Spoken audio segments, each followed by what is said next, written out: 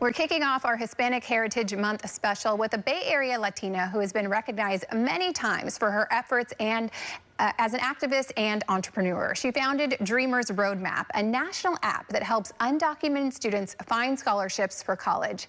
Here to share her story and inspiration is Sarahi Espinoza Salamanca. Sarahi, thanks so much for joining us here at Live in the Bay. Thank you for having me. I'm very happy to be here. Yes, you are so impressive. The list of your accolades just goes on and on and on. And we are going to talk about your app, but I first want to learn a little bit more about you and your upbringing. So can you share just a little bit about how you grew up? Sure, yeah. So I was born in Lázaro Cárdenas, Michoacán, Mexico, and I came with my family to the U.S. when I was 4 years old. My hometown, where I live now, actually was Redwood City at the time, and just moved back and forth from the Bay to L.A., so never left California. I'm a Cali girl. And I think for me, just grew a passion of education very quick. The youngest of 11. Wow. And kind of first in my family to have that opportunity of like a K through 12 education, which I think was the foundation to the passion for the love that I have for learning. Yeah, and from there, what was your experience like? You continued your education, but what was your experience like going from high school to college? It was actually very challenging. Yeah, so I think my whole life I knew that I was an immigrant. I didn't find out that I was an undocumented immigrant till my junior year of high school. When I was actually trying to apply for college, I applied for FAFSA like all my friends and realized that I was missing the Social Security part. So I called my mom in Mexico, who at the time had self-deported when I was 15. Hey, Emma, where's my phone? Where's my number? And I need it for this application. She's like, oh, well, you don't have one. So I go to my counselor, you know, kind of explain the situation. I'm like, oh, I don't have it. What are my options? And she said, people like me don't go to college. Wow. Unfortunately, at that time, I didn't continue to ask for a second opinion or did my research. It just crushed me. And now, you know, that I work in this field and I travel the country now sharing my story, it's very disheartening that I still have students come to me and tell me that they're telling them the same thing. So I think for us, our purpose with Dreamers Roadmap, right, is exactly that.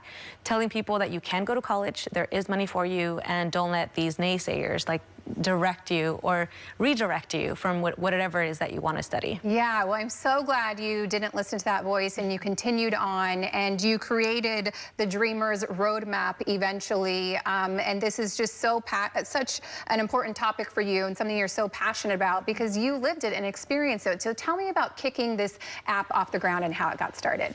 Yeah, so it actually started when I was in community college. Hence, like I thought I was the only person in the country who was undocumented. I started doing my own research, found out that there was about 94,000 students a year graduating who were undocumented, and I just couldn't fathom with the idea of like, how are we not educating these students?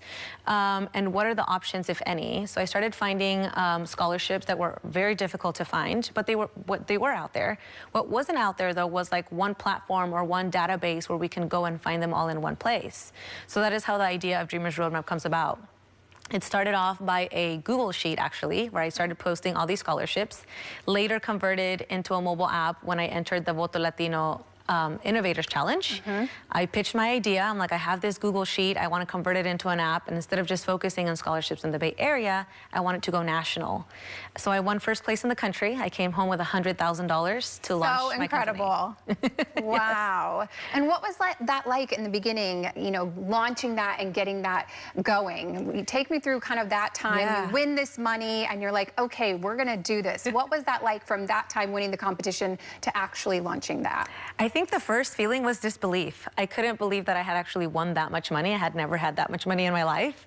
So then coming back with that intention of like, let's use this and put it for good use, I think was the biggest, like, I think, source of joy for me, because to your point, right, I had experienced this before, and if I could build a tool that would help somebody just like me not have to go through what I went through, that was the dream. Like, that's what I was hoping to achieve.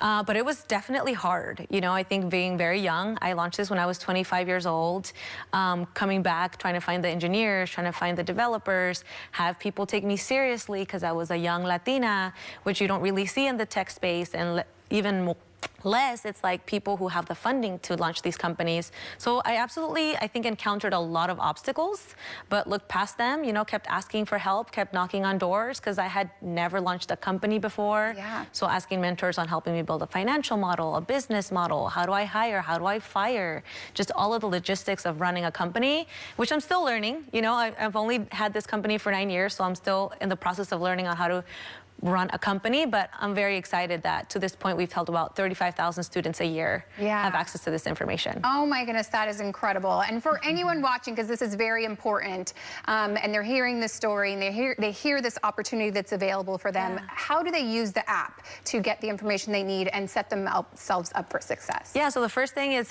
you download the app, you look for us on your app phone or on Google Play, and once you have it, it'll ask you 3 questions, whether or not you have DACA, your legal status, and the state that you live in. With those 3 filters, our master database will funnel down the scholarships that you qualify for. And we built it to where not only students can use it, but also educators, being that they move often or they have students all over the country.